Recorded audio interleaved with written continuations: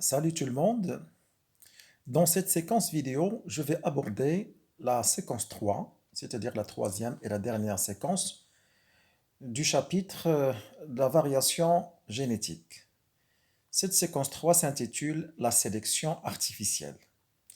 Donc, avant de rentrer dans le vif du sujet, je dois tout d'abord indiquer donc une sorte de définition sommaire de ce que c'est que la sélection artificielle. Eh bien, tout simplement, depuis la nuit des temps, depuis le début de l'histoire, donc l'homme n'a pas cessé d'effectuer des sélections un petit peu d'une façon selon l'intuition, c'est-à-dire on garde ce qui est bon et on élimine ce qui est mauvais, ceci en ce qui concerne les plantes cultivées et les animaux d'élevage.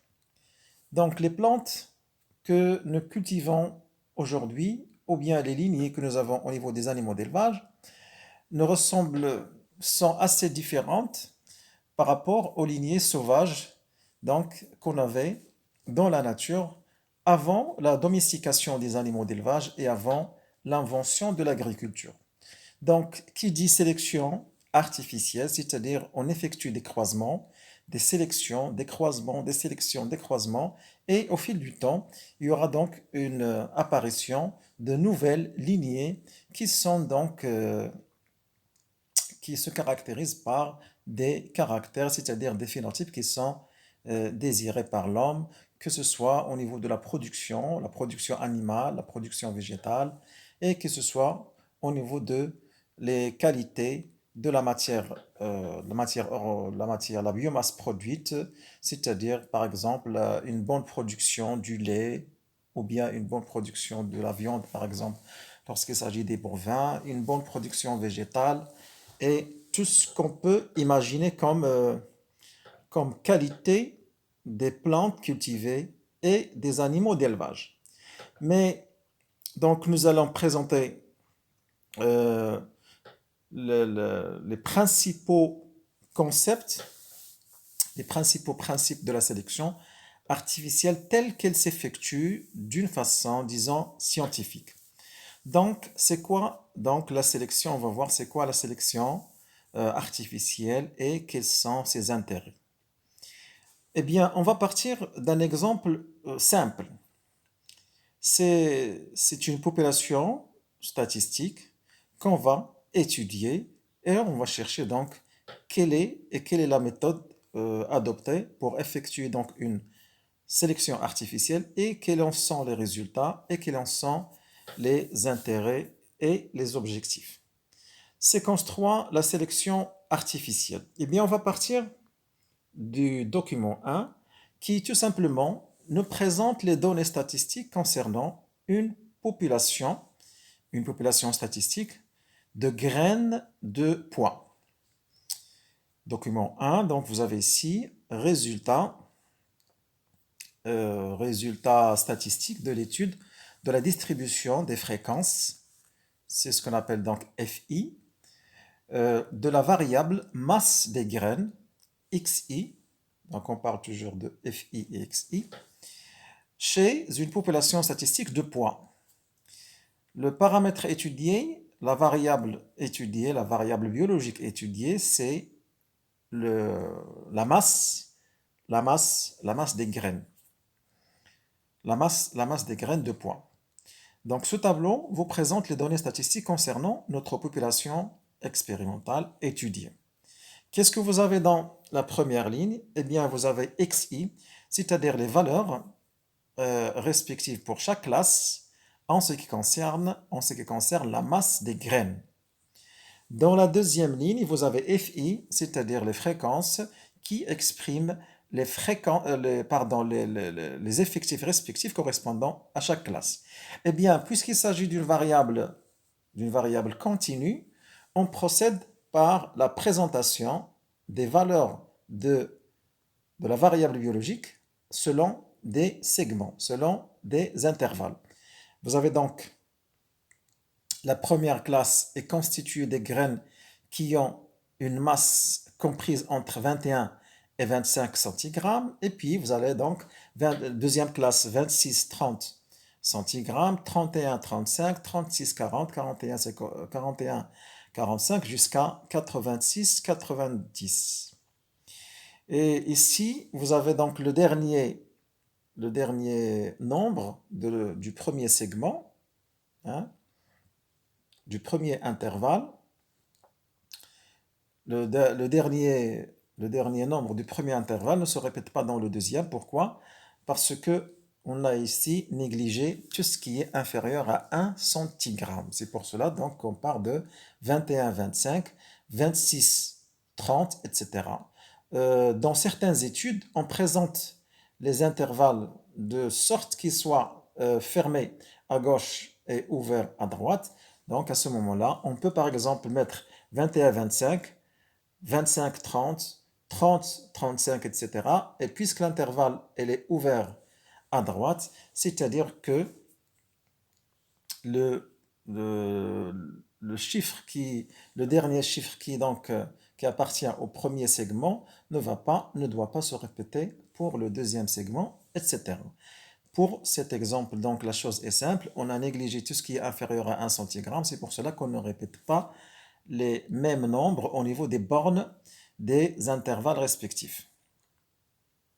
Bien, donc vous avez les segments, les intervalles, 21, 25, 26, 30, etc. C'est ce qui exprime donc la masse ou bien le segment, le secteur de la masse des graines. Et chaque secteur, chaque segment représente une classe. Et dans la deuxième ligne, vous avez l'effectif de chaque classe, c'est-à-dire c'est ce qu'on appelle les fréquences FI. Voilà, donc XI, ça exprime la masse, ça exprime les segments, les intervalles qui expriment la masse des graines. Et FI, ce sont les fréquences qui expriment les effectifs des classes respectives. Des classes respectives. Bien.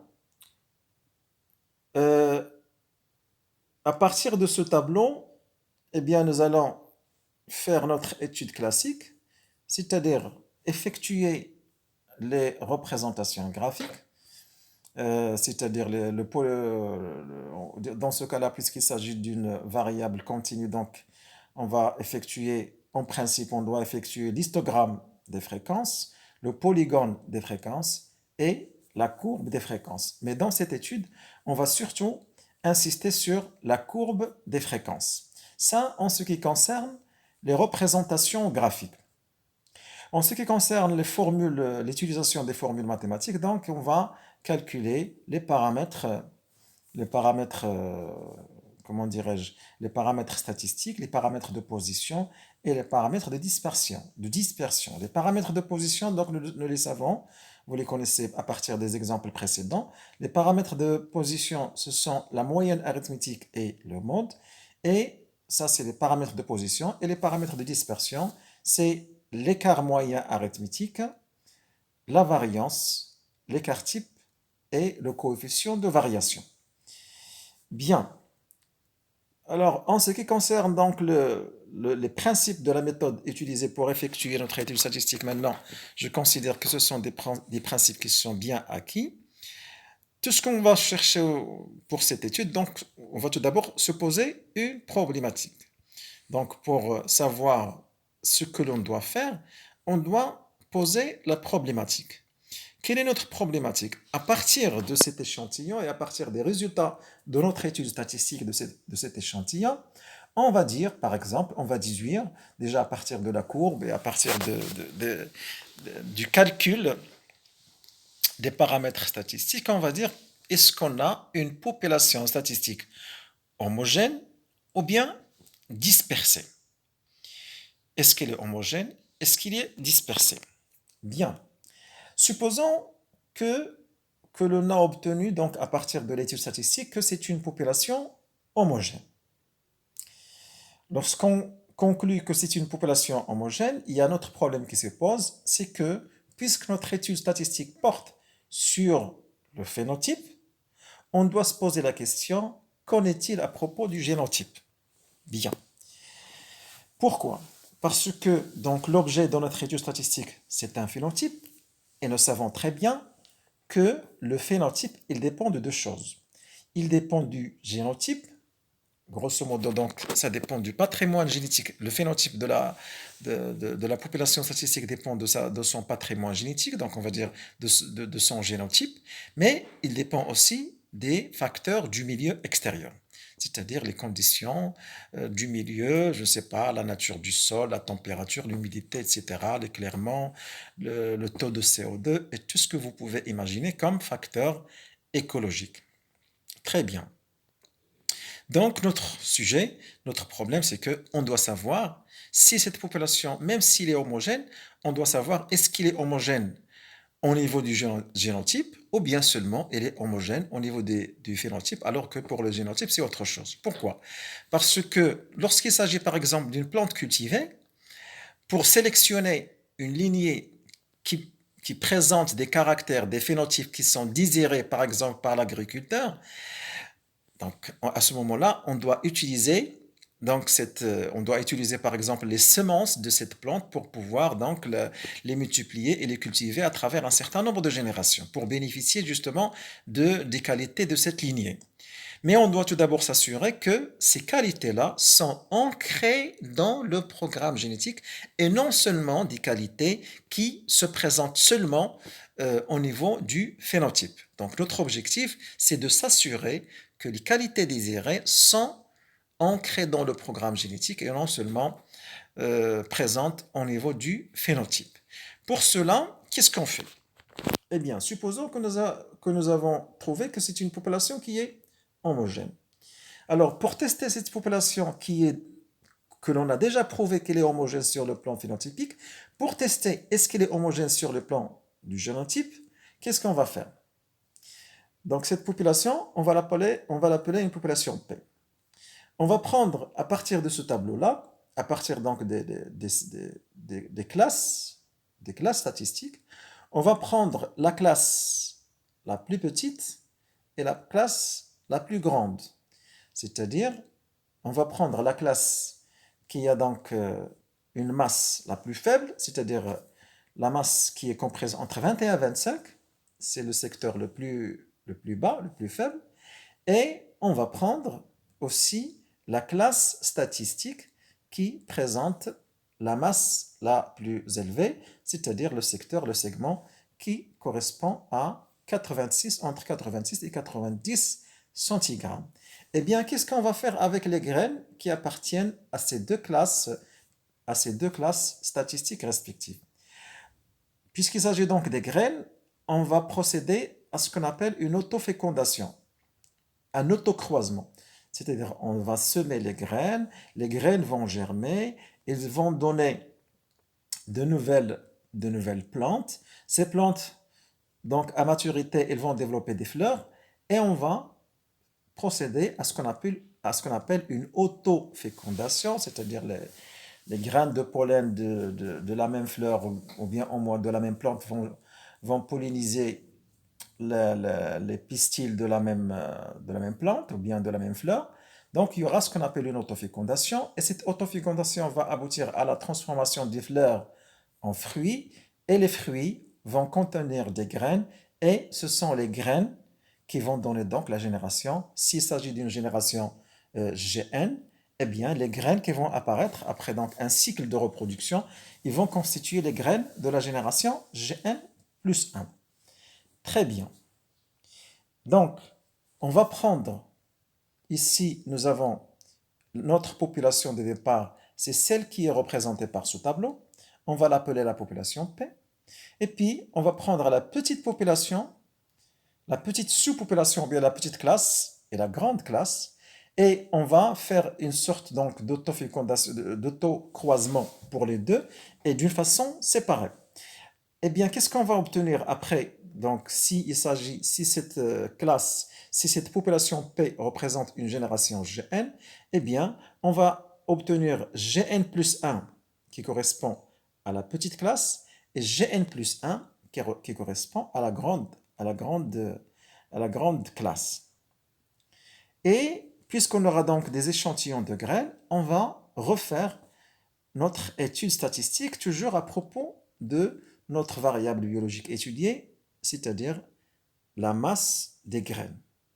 Eh bien, on va donc répéter Donc, on va faire notre étude statistique avec toutes les composantes, c'est-à-dire l'aspect graphique et l'aspect calcul des paramètres statistiques, les paramètres de position, les paramètres de dispersion, etc. Et puis, donc, nous aurons cette population, elle, elle- elle est appelée P. Celle qui va donc être issue de la petite population, on va l'appeler P1. Celle qui va découler donc de la grande, on va l'appeler P2. Eh bien, qu'est-ce qu'on va faire dans notre étude statistique? On va comparer les caractéristiques, les variables, ou bien donc les paramètres statistiques, on va les comparer entre P d'une part et entre P1 et P2 d'autre part. Eh bien, quel est le résultat auquel on doit s'attendre? Soit on aura une concordance des caractéristiques statistiques entre P d'une part et P1 et P2 d'autre part, ou bien on aura une discordance. Si on a une concordance des caractéristiques, des paramètres statistiques, on va dire qu'il s'agit d'une sélection qui n'est pas efficace. Donc, concordance des propriétés statistiques, conclusion, la sélection, c'est-à-dire lorsqu'on a sélectionné la petite population et la grande population, ça nous a donné donc une génération Gn plus 1 qui correspond dans ses caractéristiques statistiques à la génération P. S'il y a donc une concordance, on va dire que la sélection est inefficace. Eh bien, quelle est la conclusion qu'on va donc déduire de cela? On va donc juger que la population P est non seulement donc homogène au niveau du phénotype, mais elle est aussi homogène au niveau du génotype. C'est-à-dire que pour s'assurer que les qualités dont bénéficie la population P, pour s'assurer que ces qualités sont ancrées dans le programme génétique, donc on a procédé à une autofécondation. L'autofécondation de la petite population, de la petite classe, autofécondation au niveau de la grande classe, et on a obtenu les mêmes caractéristiques génétique à travers donc la reproduction, donc en passant de la génération Gn vers la génération Gn plus 1. Donc s'il y a concordance, on va dire que pour P, parce que P est homogène sur le plan, non seulement sur le plan du phénotype, mais aussi sur le plan du génotype. Donc cette expérience-là, c'est un test. Et à chaque fois où on a un test, il faut se poser la question, on veut tester quoi? Donc dans ce cas-là, on ne veut pas tester les populations de la génération Gn plus 1 qui sont P1 et P2, mais on veut tester la génération P. Donc notre conclusion, elle concerne la génération P. Si on a une concordance des données statistiques, on va dire que notre sélection elle est inefficace. Donc P elle est homogène sur le plan génotypique, elle constitue une lignée pure.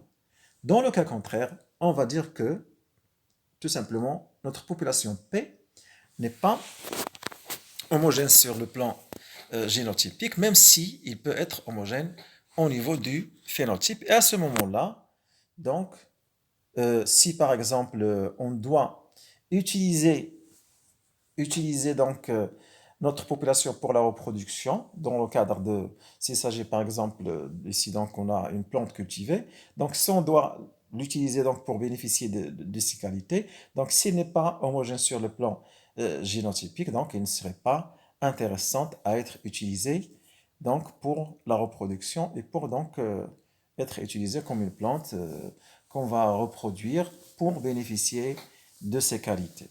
Eh bien, je vais donc un petit peu, donc on va lire ce que nous avons au niveau de ce document. Parmi les graines de la population P, on choisit la première et la dernière classe, c'est-à-dire celle qui a entre 21 et 25 cm, et la dernière, celle qui a entre 86 et 90 cm. On met séparément chaque classe en culture pour un autocroisement. Après la formation des fruits, on obtient deux générations de graines. P1 pour la première, donc P1, elle va dériver de la petite classe, et P2, elle va dériver de la deuxième. P1 pour la première catégorie et P2 pour la deuxième. Donc je rappelle ici que vous avez une étude statistique qui concerne les graines du pois cultivé. Voilà. Euh, les deux tableaux suivants montrent donc les résultats de notre expérience, les résultats statistiques obtenus concernant la masse des graines pour P1 d'une part et pour P2 d'autre part. Et voilà, vous avez donc le résultat de l'expérience, c'est-à-dire ce sont les populations P1 et P2. Et P2. Si par exemple la population de départ P constitue une génération Gn, eh bien les deux populations P1 et P2 constituent donc ce qu'on appelle la génération, ce qu'on va appeler la génération Gn plus 1. Et vous avez donc les tableaux statistiques à partir desquels on va donc effectuer notre étude statistique, à savoir le côté graphique, essentiellement la courbe de fréquence, et puis le calcul des paramètres statistiques. Voilà, donc nous avons ici le résultat, et on va voir ce que l'on va faire avec ces résultats. Donc ici, ce document ne, ne précise donc ce qu'on vient de dire, c'est-à-dire quel est le principe de l'autocroisement, quel est le principe de la sélection de la petite et la grande classe, et quelles sont donc les conclusions que l'on doit tirer en fonction des résultats statistiques obtenus. Bien, je vais tout simplement donc relire ce document qui nous explique donc ce qu'on vient de dire. Lorsqu'on effectue un autocroisement respectivement pour la petite classe et la grande classe pour une génération Gn, on obtient une génération Gn plus 1, c'est-à-dire Gn plus 1 représenté par les sous-populations, soi-disant les sous-populations P1 et P2. Si la courbe de Gauss-Laplace pour Gn plus 1 est différente de celle de Gn, on dit que Gn n'est pas une lignée pure, c'est-à-dire elle n'est pas homogène au niveau du génotype. On dit aussi que la sélection est efficace. Donc s'il y a différence, qu'est-ce qu'on doit juger? On doit juger toujours la génération Gn, c'est-à-dire la population de départ, la population P. Donc, si la courbe de Gauss-Laplace Gn plus 1 est différente de celle de Gn, c'est-à-dire les deux courbes de P1 et P2 sont différentes des courbes de P, on dit que Gn n'est pas une lignée pure, c'est-à-dire P n'est pas une lignée pure, c'est-à-dire qu'elle n'est pas homogène au niveau génotypique, même s'il peut l'être au niveau du phénotype. On dit aussi que la sélection est efficace. Les génotypes en question concernent les allèles des gènes qui contrôlent les caractères héréditaires étudiés et bien sûr les caractères étudiés dont on veut donc bénéficier s'il s'agit donc de phénotypes désirés. Si la courbe des fréquences au contraire de Gn plus 1, c'est-à-dire des populations P1 et P2, est identique à celle de Gn, on dit que la sélection est inefficace parce que lorsqu'on obtient la même chose, c'est-à-dire la sélection, il est inefficace. On en déduit donc que la population Gn, c'est-à-dire la population P, constitue une lignée pure, c'est-à-dire elle est homogène au niveau des génotypes correspondant au caractère étudié. Donc, une population, une lignée pure qui est homogène au niveau du génotype, donc on peut l'utiliser pour la reproduction. S'il s'agit par exemple d'une plante cultivée, eh bien on peut la sélectionner et la choisir pour en faire donc une reproduction. C'est-à-dire que ce soit on va sélectionner les semences, peut-être qu'on va sélectionner les graines, les tubercules, s'il s'agit de tubercules de pommes de terre, etc. On peut dans certains cas sélectionner les boutures, s'il s'agit par exemple d'une reproduction par bouturage, etc. Donc, c'est ça donc l'objectif. Bien. Donc on a dit, si la courbe de fréquence de Gn plus 1 est identique à celle de Gn, on dit que la sélection est inefficace. On en déduit donc que la population Gn constitue une lignée pure, c'est-à-dire qu'elle est homogène au niveau des génotypes correspondant au caractère étudié. La sélection artificielle se base sur la répétition. Donc si l'on n'obtient pas ce que l'on recherche, donc on doit répéter les croisements jusqu'à ce que la sélection devienne inefficace. C'est-à-dire jusqu'à ce qu'on retrouve la même chose pour la génération Gn et pour une génération Gn plus 1. Lorsqu'on retrouve la même chose, c'est-à-dire les mêmes caractéristiques statistiques, alors à ce moment-là, on va dire voilà, nous avons trouvé ce que l'on recherche, c'est-à-dire une lignée pure, c'est-à-dire qui est homogène au niveau du génotype et qui bénéficie des caractères qui sont désirés. La sélection artificielle se base sur la répétition de la sélection pour plusieurs générations successives jusqu'à ce que la sélection devienne inefficace. On obtiendra alors une lignée pure pour le phénotype désiré. Bien, donc notre première question, donc ça doit maintenant être une question simple. S'agit-il lorsque vous étudiez donc la masse des graines de, de poids, s'agit-il d'une variable continue ou discontinue? Eh bien, vous comprenez très bien que pour la masse, entre deux masses différentes, on peut imaginer une infinité de masses intermédiaires. Donc, on peut dire qu'il s'agit bien sûr d'une variable continue. Eh bien, la réponse à cette question-là, les variables continues sont des variables numériques ayant un nombre infini de valeurs entre deux valeurs. C'est donc le cas de la masse des graines de poids. Bien. La deuxième question, qu'est-ce qu'elle nous demande? Calculer les paramètres statistiques, x bar, c'est-à-dire la moyenne arithmétique, v, la variance, sigma, l'écart type, et k, le coefficient de variation. Ceci donc pour P, P1 et P2. Eh bien, notre point de départ, c'est tout simplement ce que nous avons ici. D'une part, ça c'est le tableau qui concerne donc P, et ça c'est le tableau qui concerne donc P1 et P2. Bien. À partir de ces trois tableaux, on va donc faire ce qui est demandé dans la deuxième question, à savoir calculer les paramètres statistiques de ces trois populations.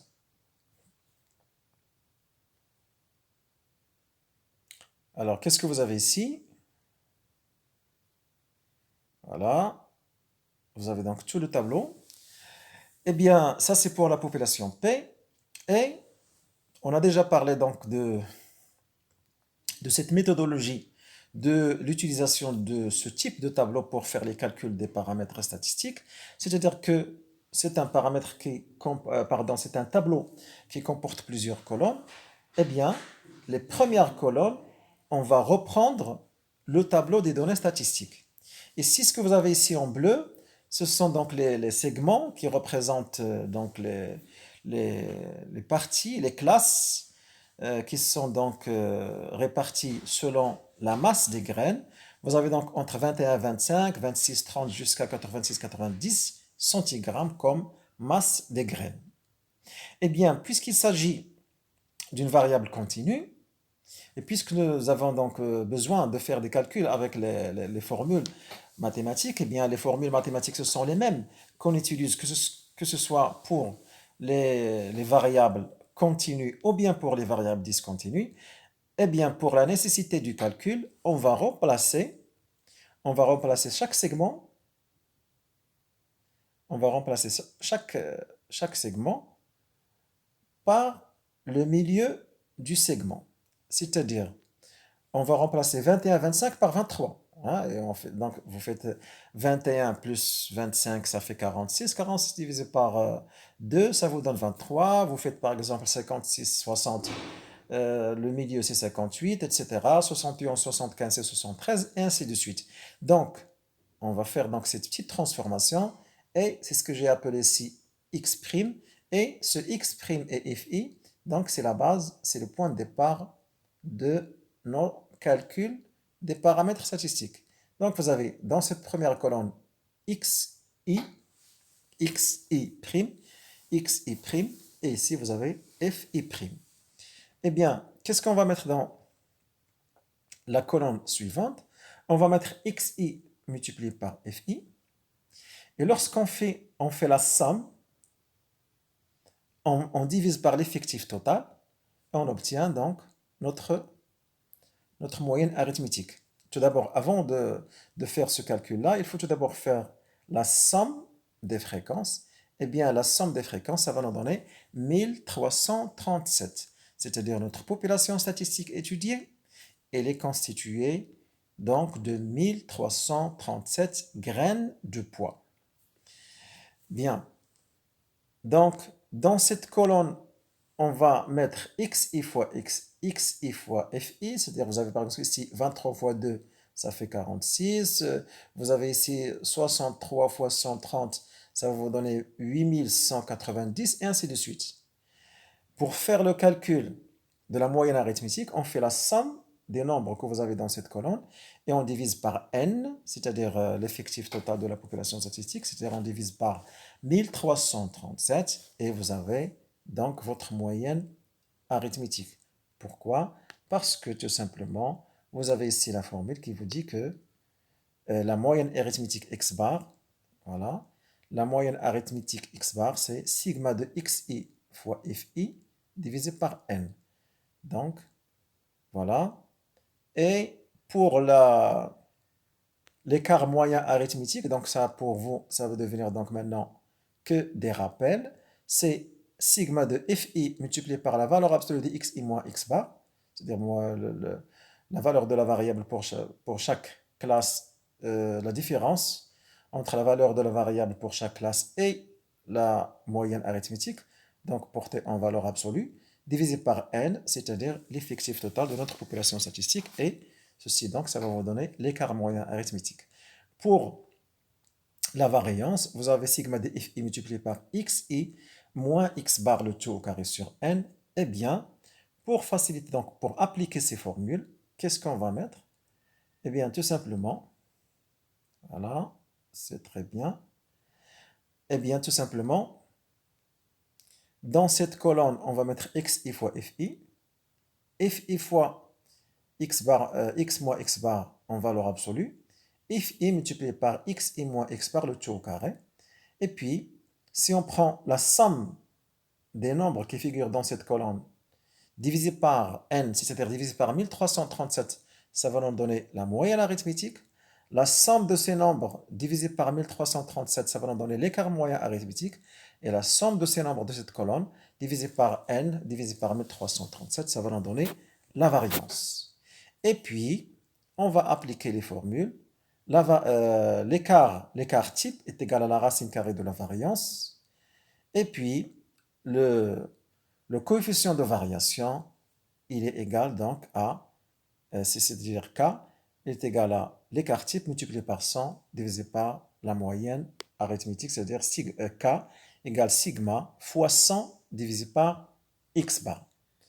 Bien, donc on fait le même travail, donc maintenant vous connaissez, je pense, donc vous connaissez la méthode qu'on doit donc adopter.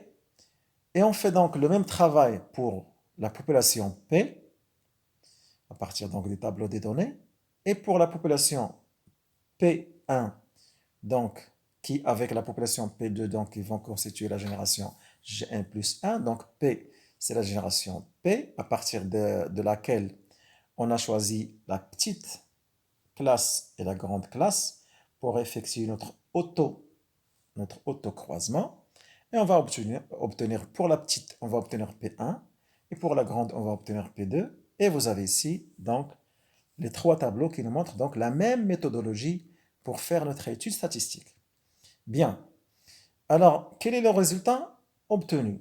Eh bien, ici, je vous présente les résultats obtenus. Donc, vous pouvez faire une comparaison, que ce soit au niveau de la moyenne arithmétique. Pour P, la moyenne, c'est 52,19 centigrammes comme masse des graines.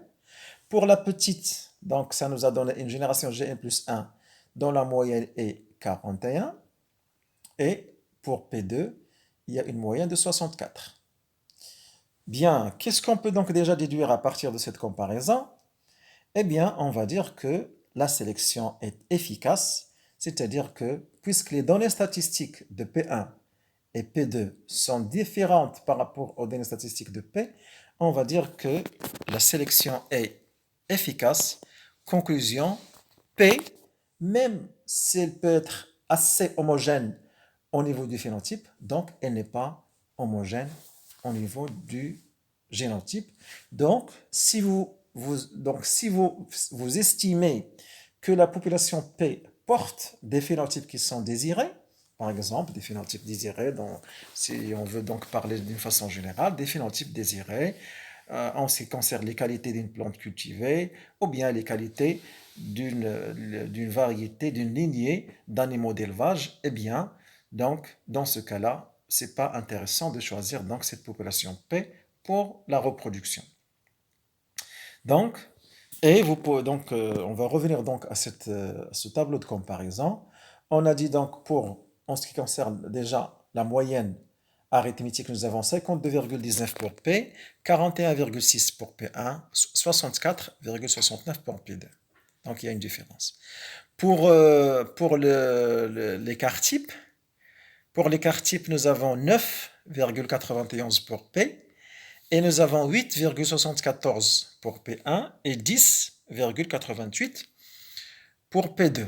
Pour le coefficient de variation, nous avons 19 pour P, 21 pour P1 et 16. Donc, on peut déjà constater que sur le plan de tous les paramètres statistiques, donc il y a une différence. Donc, c'est ce qui montre qu'il s'agit bien d'une sélection efficace, c'est-à-dire que ça nous a donné une différence.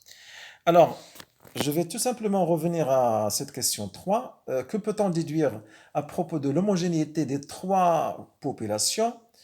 Les trois populations, sur le plan du phénotype, ils sont assez homogènes, donc ils ont une homogénéité moyenne parce que 19 comme coefficient de variation, et que ce soit 19, 21, 16, donc ils sont compris entre 15 et 30. Ils sont supérieurs à 15, ils sont inférieurs à 30, donc il s'agit d'une homogénéité moyenne ou bien une dispersion moyenne pour les trois populations. Donc tout simplement, on va conclure que pour les trois populations, toujours sur le plan du phénotype, eh bien, qu'est-ce qu'on va dire? On va dire tout simplement que puisque K, pour les trois populations, P, P1, P2, elle est comprise entre 15 et 30, on va dire que la dispersion moyenne ou homogénéité moyenne pour les trois populations. La question suivante, qu'est-ce qu'elle nous demande? Eh bien, elle nous demande de réaliser sur le même graphique les courbes de fréquence. Donc, on a dit qu'en principe, une étude statistique, ça doit comporter un histogramme, un polygone des fréquences et une courbe de fréquence. Hein, mais dans ce cas-là, donc on va insister tout simplement sur la courbe de fréquence. Réalisée sur le même graphique, bon, on peut le réaliser sur le même graphique ou bien sur des graphiques différents, mais c'est plus intéressant de réaliser les trois courbes sur le même graphique pour pouvoir faire une comparaison donc d'une façon facile, de façon facile. Réaliser sur le même graphique les courbes de fréquence respectives des trois populations P, P1 et P2, exprimer les fréquences avec des nombres compris entre 0 et 1. Donc on va voir, donc il y a deux façons de faire la courbe de fréquence. Donc ça c'est la quatrième question, tout simplement réaliser les courbes de fréquence. Cinquième question, calculer le mode. Et puis préciser si la sélection est efficace ou inefficace. Que pouvez-vous en déduire? Eh bien, qu'est-ce qu'on a trouvé dans notre représentation graphique? Et voilà, vous avez ici, pour les trois populations, vous avez donc la courbe de fréquence de couleur bleue, elle représente P. Celle de couleur, soi-disant, rouge, marron, rouge, elle représente P1. Et celle de couleur verte, elle représente P2. Donc, à partir de ce graphique, on va dire qu'il y a une différence déjà au niveau du mode. Hein, au niveau du mode, déjà, on va constater qu'il y a une différence. Donc, le mode, c'est-à-dire que la valeur de la variable biologique, c'est-à-dire dans ce cas-là, la masse des graines, donc le mode est différent pour les trois populations. Pour P, On a trouvé donc que le mode c'est 50 centigrammes. Ça c'est pour P. Pour P1, le mode c'est 37 centigrammes. Et pour P2, c'est 70 centigrammes. Donc vous pouvez très bien constater qu'il y a une différence nette assez importante entre les trois populations en ce qui concerne donc les paramètres statistiques. Et on en a choisi ici le mode pour faire notre comparaison. Eh bien, en ce qui concerne l'homogénéité, donc parce que le mode c'est un paramètre de position, en ce qui concerne l'homogénéité, donc on peut juger de l'homogénéité, on peut comparer l'homogénéité, notamment en comparant l'écart type, et on peut revenir à notre tableau de comparaison, hein. On peut essayer de le déduire sur le plan au niveau graphique, mais ce qui est plus précis, c'est à partir du calcul. Et on va dire tout simplement que pour la population P, on a donc un sigma de 9,91. Alors, donc, celle qui a le sigma le plus petit, c'est-à-dire l'écart type le plus petit, donc on peut dire que P1, elle est plus homogène que P, et P, elle est plus homogène que P2. Donc, on peut déjà donc juger il y a une différence au niveau des paramètres de position. Il y a une différence aussi au niveau du paramètre statistique de dispersion. Bien. Alors, j'ai dit que lorsqu'on a donc représenté ces graphiques, voilà, lorsqu'on a représenté ces graphiques, ces courbes de fréquence ces trois courbes sur le même graphique, c'est pour faire une bonne comparaison. Et la comparaison, vous pouvez par exemple être tenté de faire une comparaison en ce qui concerne de l'amplitude des trois courbes. Pour dire que par exemple P, elle a une amplitude plus grande que, par exemple, par rapport à P1 et P2. Eh bien, tout simplement, je dois signaler que pour faire une comparaison, c'est la dimension, je dirais, la dimension horizontale qui est intéressante et non pas la dimension verticale. Alors, qu'est-ce que j'entends par la dimension horizontale? La dimension horizontale, c'est par exemple que le mode pour P, c'est 50 centigrammes comme masse des graines, alors que pour P2, c'est 70 centigrammes, et pour P, c'est 37. Donc déjà, vous pouvez constater que la masse des graines pour P2, c'est à peu près le double en comparaison avec P.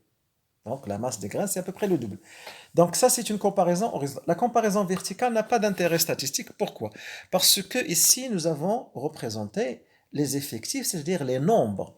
Donc les nombres de notre population statistique étudiée, c'est pas intéressant. On ne peut pas faire une comparaison statistique à partir des nombres. Donc je vais vous donner tout simplement, je vais donner un exemple simple pour vous montrer que l'effectif, on ne peut pas se baser sur l'effectif pour faire une comparaison statistique. Il faut se baser sur les autres paramètres tels que la moyenne, ou bien le mode, ou bien l'écart type, etc. Pourquoi? Je vais vous donner un exemple comme je viens de dire à l'instant. Si vous avez deux lycées, un lycée comporte 1200 élèves et un autre lycée, il comporte 400 élèves. D'accord? Donc, après un examen, ou bien, je ne sais pas, après un examen par exemple, vous avez eu le nombre de ceux qui ont donc réussi l'examen dans le premier lycée qui comporte 1200 élèves, ils sont en nombre de 600, alors que pour le deuxième lycée, qui comporte 400 élèves, ils sont que de 300. Alors, qu'est-ce que c'est que la mauvaise comparaison? C'est la mauvaise comparaison, vous allez dire par exemple que le premier lycée est bon parce qu'il y a 600 qui ont réussi l'examen, alors que le deuxième lycée est moins bon parce que le nombre de ceux qui ont réussi l'examen, c'est seulement 300. Alors ça, c'est une comparaison fausse. Pourquoi? Parce que pour faire une bonne comparaison, il faut faire le pourcentage de réussite. C'est-à-dire 600 pour le premier, ça représente seulement 50% de réussite. Alors que 300 pour le deuxième, 300 sur 400, ça représente 75%. Donc, je dirais, une mauvaise comparaison, elle est basée sur les fictifs. D'accord? Une bonne comparaison, elle est basée sur le pourcentage de réussite, donc je vais dire tout simplement que les 600 du lycée que comporte 1200 élèves, ça représente un faible taux de réussite qui est seulement de 50%, alors que les 300 les 300 élèves qui ont réussi dans le deuxième lycée, ça représente, c'est peu par rapport à 600, mais en termes de pourcentage, c'est 75%. Donc, ici, l'amplitude, l'amplitude, donc, on ne doit pas comparer quoi que ce soit en se basant sur l'amplitude, parce que tout simplement, l'amplitude, ça représente le nombre comment dirais-je, le nombre des graines qui sont donc euh, dans chaque classe, donc le nombre, l'effectif des graines dans chaque classe, ou bien dans chaque population, d'une part dans chaque population statistique, tout d'abord dans chaque population statistique, et puis dans chaque classe statistique. Pourquoi? Donc je vais revenir tout simplement jeter un coup d'œil sur nos tableaux. Voilà, vous avez pour P l'effectif, c'est 1337. Pour P1, c'est seulement 103. 103. Et pour P2, nous avons seulement 145. D'accord? Donc, c'est pour cela que vous avez, lorsque vous avez fait donc votre représentation graphique, et bien sûr, vous avez utilisé la même échelle, et vous avez trouvé donc que vous avez une différence d'amplitude. Donc, la différence d'amplitude, elle n'a aucune importance sur le plan statistique, et je dirais donc ce qu'il faut comparer, c'est la moyenne arithmétique. Pour les trois, c'est l'écart type et c'est l'écart moyen arithmétique, etc.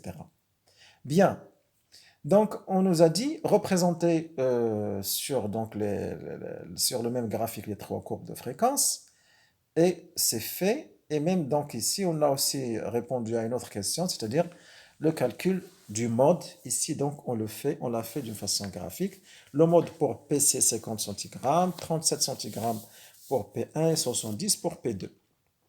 Bien, justement, donc pour continuer donc à discuter euh, l'importance de cette dimension verticale, nous avons deux manières de représenter les courbes de fréquence. Soit vous représentez les courbes de fréquence avec les effectifs des classes statistiques, ou bien comment dire, qu'est-ce que soit vous représentez les fréquences avec l'effectif des classes statistiques, ou bien vous représentez les fréquences avec l'effectif divisé par l'effectif total.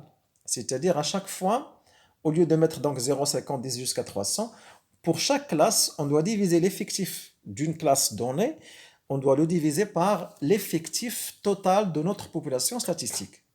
Et on aura donc un graphique qui est différent. Et voilà, vous avez ici donc un graphique différent parce qu'ici, vous n'avez pas regardé, vous avez ici 0, 0,05 jusqu'à 0,25 parce que vous n'avez pas utilisé dans l'axe des ordonnées les effectifs des classes statistiques, mais vous avez utilisé les effectifs, vous avez exprimé les fréquences avec les effectifs. À chaque fois, l'effectif de chaque classe, on le divise par l'effectif total de notre population statistique. Et on obtient donc autre chose. Donc à ce moment-là, vous pouvez donc constater qu'il n'y aura pas une grande différence sur le plan donc de l'amplitude des courbes dans la dimension verticale. Voilà, donc nous avons dit donc il y a deux façons de présenter les courbes de fréquence, soit avec les effectifs des classes, soit avec les effectifs des classes divisés par l'effectif total. Donc dans ce deuxième cas, on aura dans les fréquences toujours un nombre qui est compris entre 0 et 1. Et ce qui est toujours plus important, c'est tout simplement donc qu'il y a un décalage entre les trois courbes, c'est-à-dire qu'il y a une différence, par exemple, du mode, de la moyenne arithmétique, etc. Bien, donc, on a donc noté que nous avons deux manières de présenter donc notre courbe de fréquence, mais généralement, s'il n'y a pas donc une indication précise au niveau par exemple d'une question d'examen, je vous conseille de présenter cette première méthode, c'est-à-dire vous exprimer les fréquences avec les effectifs des classes statistiques Et bien sûr, donc vous savez très bien que pour faire une courbe, il faut bien choisir euh, les échelles au niveau de l'axe des ordonnées et au niveau de l'axe des abscisses. Donc il faut choisir une échelle qui va vous donner donc un, un graphique tout simplement qui est agréable à lire et analyser. Ni trop petit, ni trop grand. Et puis donc, il doit aussi avoir une sorte de proportionnalité entre l'échelle utilisée pour l'axe des ordonnées et l'échelle utilisée pour l'axe des abscisses. Donc, il faut choisir les échelles respectives donc, pour les deux axes. Et il faut choisir donc une bonne échelle pour avoir, comme j'ai dit, donc un graphique agréable à lire et à analyser. Bien. Donc, on a dit, qu'est-ce que l'on peut, donc, qu'est-ce qu'on a dit dans la question? Préciser si la sélection est efficace ou inefficace. Que pouvez-vous donc en déduire? Eh bien, la réponse à la sixième question est la suivante. La sélection, elle est efficace parce qu'il nous a donné des données statistiques pour P1 et P2 qui sont différentes en comparaison avec P. La sélection est efficace. Là, donc, quelle est la conclusion? La population P n'est pas homogène au niveau du n'est pas homogène au niveau du génotype. Donc, je m'excuse ici. On doit mettre génotype. Donc, la population, elle n'est pas homogène. Elle n'est pas homogène au niveau du génotype, bien qu'il peut apparaître homogène au niveau du phénotype. Donc, c'est ça la réponse à la sixième question. Donc, vous notez que la conclusion, c'est la population P n'est pas homogène au niveau du génotype. Très bien. Eh bien, à présent, qu'est-ce qu'il nous reste donc à étudier? Alors, tout simplement, quels sont donc les types de sélection? Donc, on sélectionne, donc on a dit, on sélectionne un phénotype désiré, que ce soit pour une plante cultivée ou bien pour une espèce d'animal d'élevage. Donc, on recherche toujours le phénotype qui est désiré. Alors, on fait des sélections et des croisements. Donc, qu'est-ce qu'on sélectionne? On distingue trois types de sélection artificielle. La sélection conservatrice, c'est-à-dire vous avez un phénotype désiré, vous voulez le conserver. La sélection massale, c'est-à-dire la masse, donc c'est la quantité, c'est-à-dire que vous désirez avoir une bonne production de votre produit agricole ou bien de votre production animale, s'il s'agit donc d'animaux d'élevage, etc. Ou bien vous recherchez une sélection innovatrice, c'est-à-dire vous voulez avoir des phénotypes nouveaux qui n'existaient pas auparavant. Donc, on distingue trois types de sélection artificielle. La sélection conservatrice. L'objectif, c'est de conserver une lignée euh, une lignée portant un phénotype déjà existant dans la nature et on veut le conserver. Donc, on fait des sélections et des croisements pour pouvoir donc conserver le phénotype qui est désiré. Donc, à chaque fois, on élimine ce qui n'est pas désiré et on fait le croisement de ce qui est désiré jusqu'à obtenir une sélection, jusqu'à ce que la sélection devienne inefficace. Alors, à ce moment-là, on dit on va garder notre lignée qui devient donc une lignée pure, c'est-à-dire qui est non seulement homogène au niveau phénotypique par rapport au phénotype désiré, mais il est aussi homogène au niveau du génotype. Donc, c'est-à-dire que les qualités désirées ils sont ancrées dans le programme génétique, et bien cette lignée, on peut l'utiliser pour la reproduction, que ce soit pour les plantes cultivées ou bien pour les animaux d'élevage. Donc, je dis bien, la sélection conservatrice, l'objectif, c'est de conserver une lignée portant un phénotype déjà existant dans la nature. Deuxième cas, deuxième type de sélection, la sélection massale. L'objectif, c'est de sélectionner une lignée qui a une bonne production. Donc, on s'intéresse à la quantité. Donc, vous savez très bien que euh, l'agriculture, c'est aussi donc une dimension économique. Et en économie, on cherche toujours à avoir une bonne production en termes de quantité et en termes de rendement par rapport à ce que l'on investit dans notre production. Donc, la sélection massale, l'objectif, c'est de sélectionner une lignée qui a une bonne production. C'est sur le plan quantitatif, comme par exemple pour le maïs, pour la pomme de terre, etc. Généralement, on procède par le croisement entre deux lignées originelles différentes. Alors, quelquefois, donc, vous faites, pour avoir donc, votre phénotype désiré, eh bien, vous faites des croisements entre des lignées différentes et ça vous donne votre, soi-disant, donc, la lignée hybride. Il va donc vous présenter, il va vous exprimer donc le phénotype désiré. On peut se retrouver par exemple entre deux lignées originelles qui n'ont pas le phénotype désiré, mais si vous les croisez si vous les croisez entre elles, donc ils vont vous donner, vu donc qu'il y a un brassage génétique au cours de la reproduction, donc ça va vous donner des génotypes, des génotypes, euh, des génotypes nouveaux qui vont vous donner donc votre phénotype qui est désiré. Donc la sélection massale, l'objectif c'est de sélectionner une lignée qui a une bonne production sur le plan quantitatif. Généralement, on procède par le croisement entre deux lignées originelles différentes. Troisième catégorie de sélection artificielle, c'est la sélection innovatrice. Donc, on repère, on répète la sélection pour plusieurs générations jusqu'à l'obtention d'une lignée désirée qui n'existait pas dans la nature auparavant. Pourquoi on répète les croisements? C'est-à-dire que à chaque fois qu'on répète les croisements, donc on va donner l'occasion donc à la reproduction sexuée donc pour faire son travail, c'est-à-dire que ça va nous donner de nouvelles combinaisons d'allèles, c'est-à-dire de nouveaux génotypes, donc, et on répète les croisements jusqu'à donc tomber sur la combinaison d'allèles qui va nous donner le phénotype désiré. On répète la sélection pour plusieurs générations jusqu'à l'obtention d'une lignée désirée qui n'existait pas dans la nature auparavant. Ainsi, on aurait créé indirectement de nouvelles combinaisons d'allèles déjà existants dans la nature, ce qui est, donc les allèles ils sont déjà existants, mais pourquoi à chaque fois il faut répéter les croisements? Eh bien, j'ai dit, pour laisser la chance au brassage génétique qui a lieu donc au moment de la reproduction sexuée, donc, et c'est ce qui va nous faire apparaître des génotypes qui vont nous donner le phénotype désiré.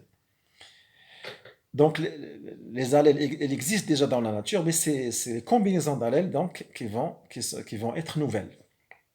Ce qui est nouveau, c'est la combinaison d'allèles, c'est-à-dire les génotypes, qui va nous donner notre phénotype, de nouveaux phénotypes qui sont donc désirés. Eh bien, bien sûr, euh, il y a donc, euh, il y a donc une sorte de complémentarité entre les mutations, hein, les mutations spontanées, donc les mutations, c'est un phénomène naturel, donc il y a les mutations et les croisements, les croisements et la sélection. Le croisement, ça va donner le brassage génétique. Les mutations spontanées, ça va donner de nouveaux allèles. Donc qu'est-ce que j'ai dit? Les mutations spontanées, elles vont donner de nouveaux allèles. Le croisement, ça va donner un brassage. Et la sélection, ça va nous permettre de sélectionner les combinaisons d'allèles qui vont nous présenter donc les phénotypes que l'on recherche. Donc ici, j'ai donné un exemple donc, qui me paraît assez agréable, comme exemple de ce que peut être le résultat donc, des mutations spontanées, des croisements et de la recombinaison génétique. Donc c'est le cas du chou. Le cas du chou est un bon exemple de sélection innovatrice, puisque toutes les lignées sont issues d'un ancêtre commun. Donc l'ancêtre commun, c'est le chou sauvage. Et la sélection artificielle peut cibler les caractéristiques des feuilles, des fleurs, des bourgeons ou des tiges. Donc vous avez ici, c'est comme si donc l'on veut, comment dirais-je, si l'on veut donc, c'est comme si on veut résumer donc l'histoire donc de cette plante cultivée qui est donc le chou. C'est une plante comestible, agréable comme vous le savez. Bien. Voilà. Voilà. Donc pour le chou, ils ont donc comme ancêtre commun le chou sauvage. Et puisque avec le jeu des mutations spontanées, des croisements et de la sélection, donc nous avons, à partir de ce chou sauvage, nous avons plusieurs donc, lignées de choux. Vous avez le chou-fleur, le chou romanesco, le chou qu'on a appelé ici chou cultivé, le brocoli, donc vous connaissez le fameux brocoli, ou bien le chou Bruxelles. Eh bien, avec le jeu des mutations, avec le jeu des croisements et de la sélection artificielle, donc, et à travers, bien sûr, à travers plusieurs générations, on a obtenu donc le chou-fleur qui se caractérise par le développement des inflorescences. Ce chou cultivé, il se caractérise par des qualités au niveau des feuilles. Le brocoli, c'est aussi donc, nous avons le développement un petit peu des tiges et un petit peu des inflorescences. Le chou de Bruxelles donc, se caractérise par le développement des bourgeons floraux, et ainsi de suite. Pour le chou de Romanesco, je pense que c'est aussi, ce sont les inflorescences qui sont en question. Eh bien, chaque plante, chaque lignée nouvelle qui apparaît, donc ce sont des lignées nouvelles, parce que le chou sauvage, pardon, était donc quelque chose qui n'a pas grand intérêt sur le plan donc de la production végétale et sur le plan donc nutritionnel, etc. Eh bien, le jeu des mutations, des croisements, de la sélection, ça nous a donné donc des plantes qui ont des qualités qui n'existaient pas auparavant dans la nature lorsque l'espèce était donc à l'état sauvage, comme pour le cas du chou sauvage. Eh bien, donc, puisqu'il s'agit d'une plante cultivée donc, pour des fins donc, alimentaires, eh bien, donc, la partie de la plante qui se développe le plus, c'est celle qui va être consommée. Et non seulement il se développe sur le plan quantitatif, mais bien sûr, il se caractérise par des tissus qui sont riches en substances nutritives et qui ont donc des bonnes qualités nutritives, que ce soit au niveau du goût, au niveau des propriétés, comment dirais-je, nutritionnelles et des propriétés au niveau de la cuisson, etc. Eh bien, même au niveau de la conservation, etc.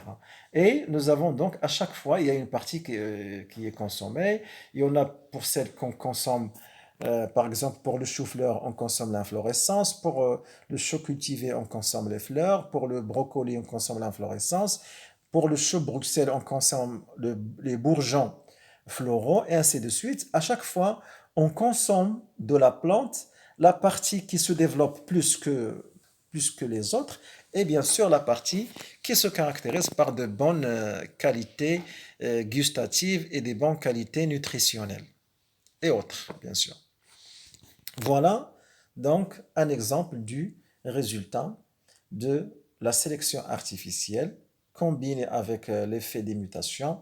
Sélection artificielle, mutation, croisement, sélection, ça nous donne donc cette diversité et vous pouvez donc constater cela pour toutes les plantes cultivées. Pour toutes les plantes cultivées, donc il y a un développement très important des variétés qui ont des qualités assez intéressantes. Et vous pouvez donc constater que pour n'importe quelle plante cultivée, donc si on revient en arrière dans l'histoire de la plante, on va trouver que l'ancêtre sauvage de nos plantes cultivées d'aujourd'hui sont donc différents sur le plan d'un certain nombre de qualités. Et ce que nous consommons aujourd'hui, c'est le résultat d'une longue histoire de mutation spontanée, sélection, croisement, brassage génétique et sélection artificielle. Bien. Donc la dernière question de ce chapitre, c'est donc quels sont les objectifs de la sélection artificielle? Eh bien, les objectifs de la sélection artificielle, c'est tout simplement de sélectionner des lignées pures qui jouissent donc de qualités désirées. Donc, on peut noter donc, pour les plantes cultivées les qualités nutritionnelles et les qualités gustatives, etc. Et on peut noter aussi pour les animaux d'élevage des qualités en termes de production animale. Eh bien, quels sont les objectifs de la sélection artificielle? Donc, je vais tout simplement vous lire donc ce paragraphe. La sélection artificielle vise le développement de lignées pures de plantes cultivées ou d'animaux d'élevage. Ces lignées doivent bénéficier de qualités désirées. Pour les animaux d'élevage, on s'intéresse surtout à l'amélioration de la production animale. C'est le cas par exemple, c'est l'exemple de la production de lait et de viande pour les bovins, par exemple. Pour les plantes cultivées, on s'intéresse à la production végétale en plus des qualités gustatives, nutritionnelles, de l'aptitude à une bonne cuisson, à une bonne conservation, etc. Voilà, donc, avec cette question, donc on arrive à la fin de notre chapitre qui concerne donc la variation génétique. Voilà, d'ici là, donc à la prochaine et portez-vous bien et bon courage.